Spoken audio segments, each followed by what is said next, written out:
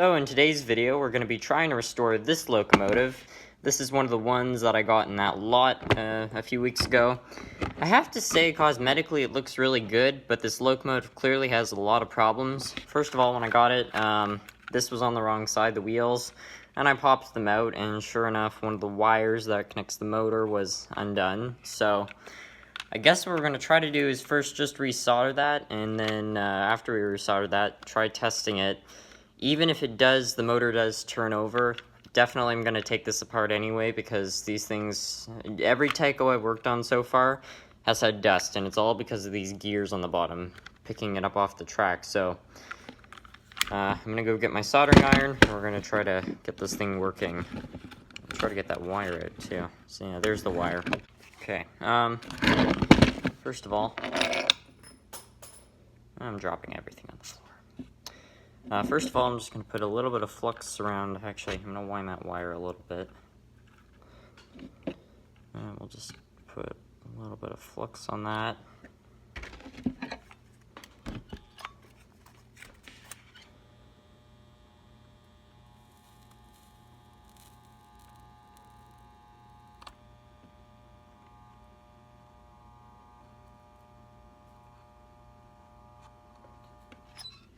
Okay, that's pretty good. I'm going to solder the little devil right onto the board here.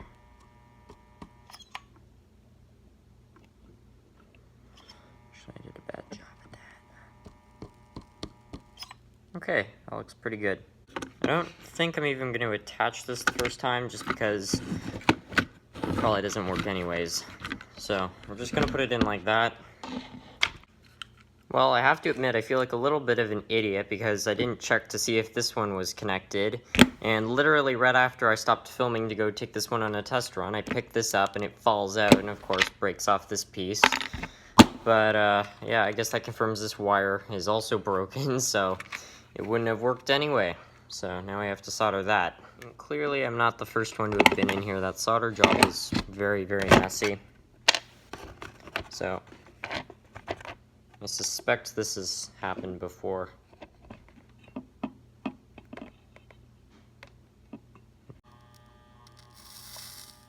There we go.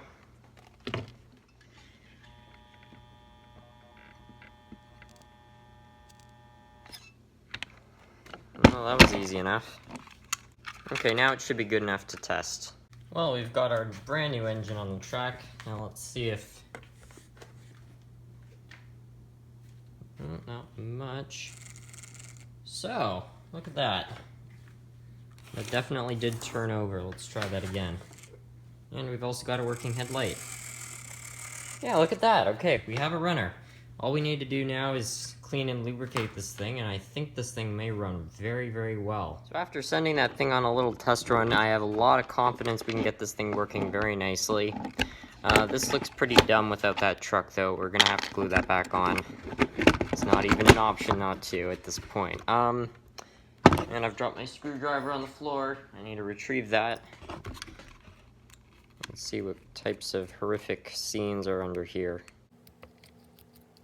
The thing that's nice is once you learn how to fix one Tyco, you can pretty much fix them all. Honestly, they're so similar on the inside. Interesting, this one was lubricated, definitely. There's no dust or hair around the wheels either. Well, actually, there's a little bit around this one, but not as bad as I've seen. The question is how is it around the gears? Just gonna lift that off. Put a little leverage under there. Tricky to take off, you know, you don't want to put too much pressure because you might break it. And we've got the gear off. Yeah, okay, so it doesn't look that bad, but there actually is a lot of dust and hair in there. There almost always is. It's just part of these old Tycos. These things have been running, in some cases, you know, for over 40 years. You know, it's really inevitable this is going to happen. Although it does look like I'm not the first person to have been inside this one.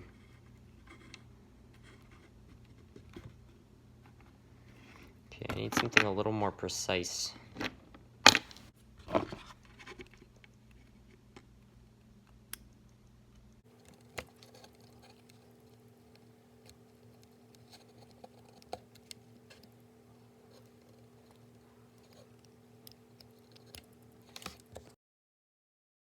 Okay, so just took some professional tweezers, got the rest of the stuff out. It really, again, wasn't all that bad. So that gives me confidence that there's not too much dust behind these two gears, but you never really can be sure. So I'm going to take off this piece here. This came off very, very easily, the piece that sticks onto the motor shaft. Once again, I don't think I'm the first person to have been inside this locomotive.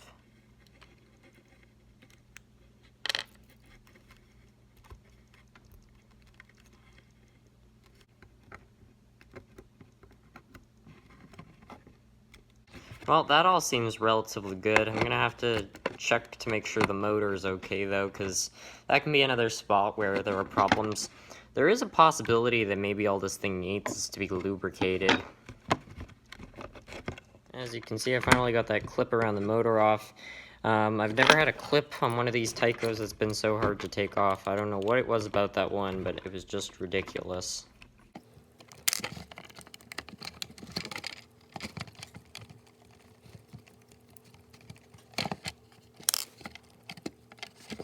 We're going to try to open this up carefully without the springs jumping out everywhere.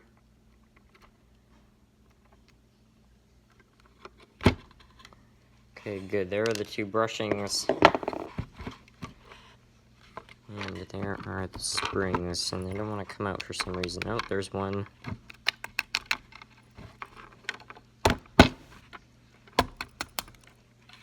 There goes the other one. One thing I forgot to point out last time is that you should always check to make sure the springs are like that. If they look kind of compressed, stretch them back out or buy new ones, because if they are kind of compressed, they won't push the brushings hard up against the commutator, and this will not work well.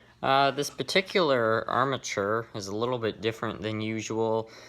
This is made of copper. I don't know what the other ones are made out of, but they're definitely a different metal because usually this bit is kind of a silvery color, so interesting. I really hope this one's not burnt out. I'm not sure if you can tell, but that is really has a lot of dark spots. I hope they're all just dust and grease and not burnt out coils. Since the dirt doesn't look too bad, I'm not going to bother resurfacing that one. Just going to give this the commutator a good clean. It already looks a lot better.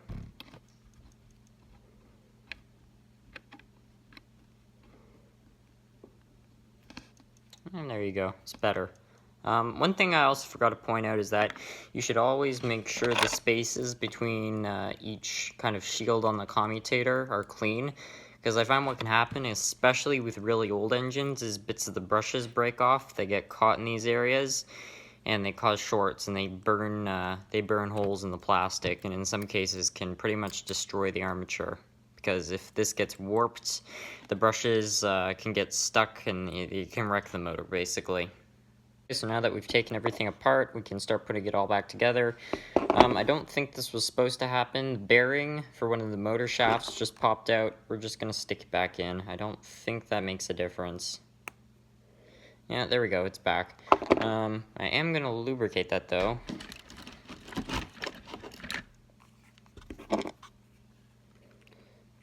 Barely a drop, it really doesn't need much.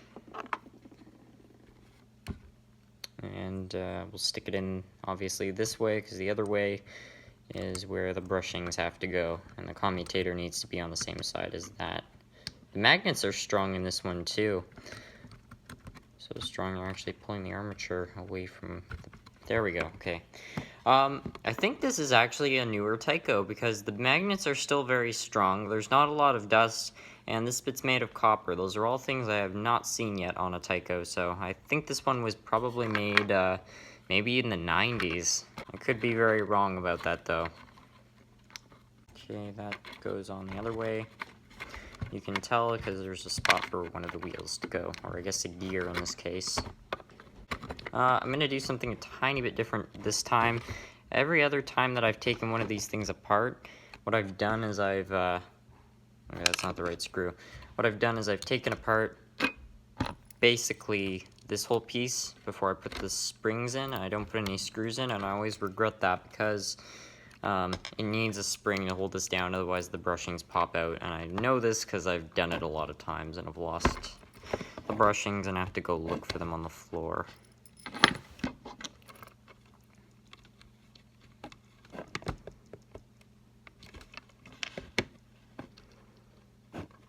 This is a bit of a new design too. I've never seen this where it has two clips that hold on the commutator plate.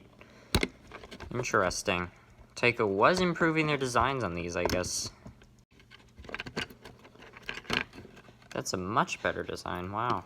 So we've got this all back together. Now we can start putting things on like the gears. We're gonna lubricate this, and this. Start by putting on this little gear. And this one. Just put a tiny bit of lubricant. And a little right there.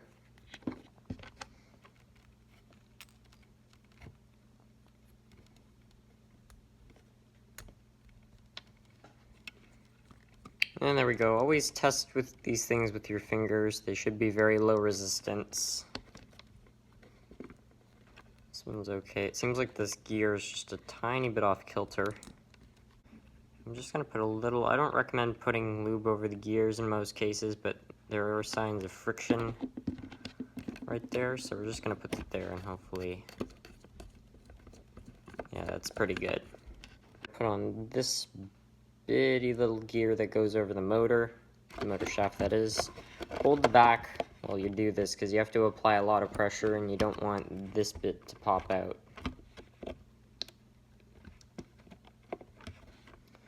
Also check to make sure that the motor is in fact extended enough.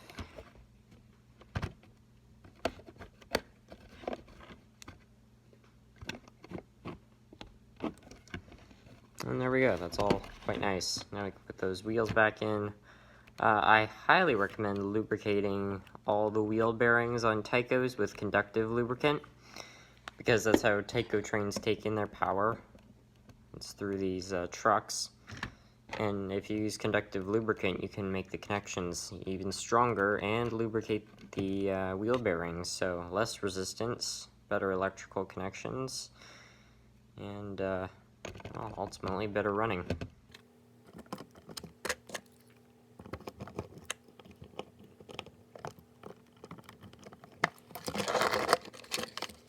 Just have to get the motor holding piece back in. This took a lot of pressure to get off, so I'm hoping it won't go on. Yeah, okay, it did go on pretty easily. I'm also going to lubricate around this spot because there is a lot of friction here, and it will just allow it to corner a little better.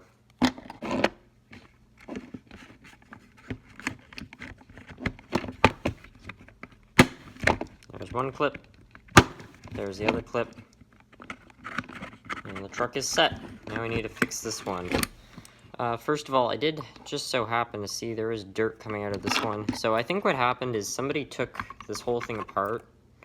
They cleaned out the motor's truck, that's why they didn't have too much dust in them. I don't think they cleaned out the back one. Also, I'm gonna have to crazy glue that plate back on. Okay, so this does have a lot of dust behind it. That's really bad. The wheels are really dirty too, that's unusual. Someone clearly did try to restore this one.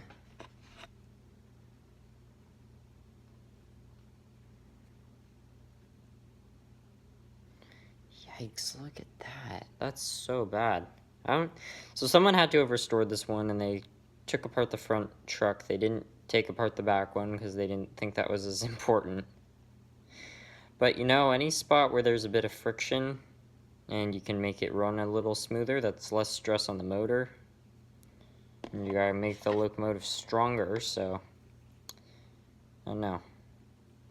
No corner must go unturned, I guess, or whatever the saying is. And there we go. We're gonna put these wheels back in. Make sure there's no dust in the bearings. Actually, we've still got a small piece of dust around the wheels here. Just eliminate that. Okay, I'm not entirely sure which way the wheels go. I think it's this way. So we'll just pop those back in. And obviously, since it takes some power through these wheels, I'll also hit them up with a little bit of conductive lube.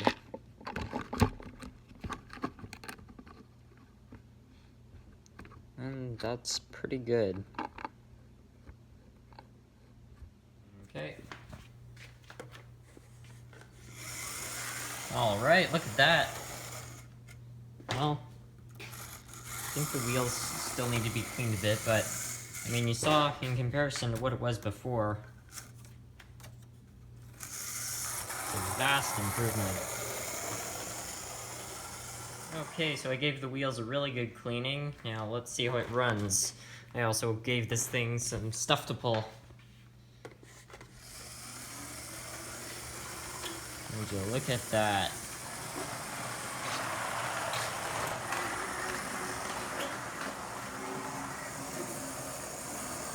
I think those traction tires are just about shot, but it does run.